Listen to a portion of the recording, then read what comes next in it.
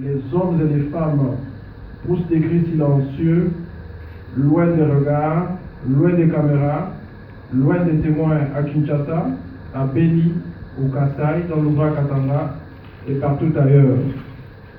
Dernière parole, parce que après 60 ans d'indépendance, nous sommes à la case de départ, république éparpillée à cause des clivages partisans, politiques, ethniques, linguistiques.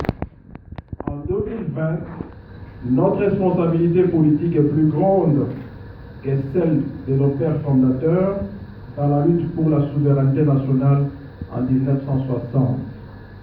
Les belles heures de l'histoire du Congo ont été écrites par le peuple congolais. Du 4 janvier 1959 à la proclamation de l'indépendance en passant par la table ronde de Bruxelles, l'esprit public a été bâtisseur de la République. Ce rôle bâtisseur de la République a connu des chantiers d'errance et d'épines avec des pages noires remplies de sueur, de blessures et de sang.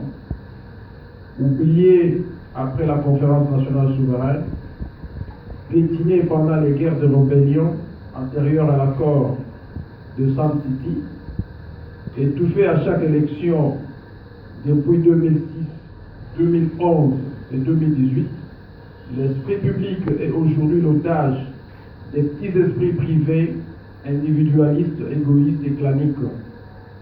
32 ans de dictature sanguinaire et barbare vécus sur la terre de nos ancêtres, 20 ans de tâtonnement politique avec plus de 10 millions de morts, bientôt 2 ans que nos espoirs d'alternance sont coincés, notre génération rumine la détermination et colère pour l'avènement d'un Congo de nos rêves, construit de l'esprit public. Avec l'esprit privé, le Congo est humilié et sacrifié. Demain augure de jours sans soleil et de nuits sans étoiles. Notre génération doit se lever pour un Congo de nos rêves, de dignité, parce que nous sommes un peuple digne de prestige et de grandeur. 30 juin 2020, c'est la borne pour le renouveau. 30 juin 2020, c'est l'heure de l'engagement citoyen pour la République.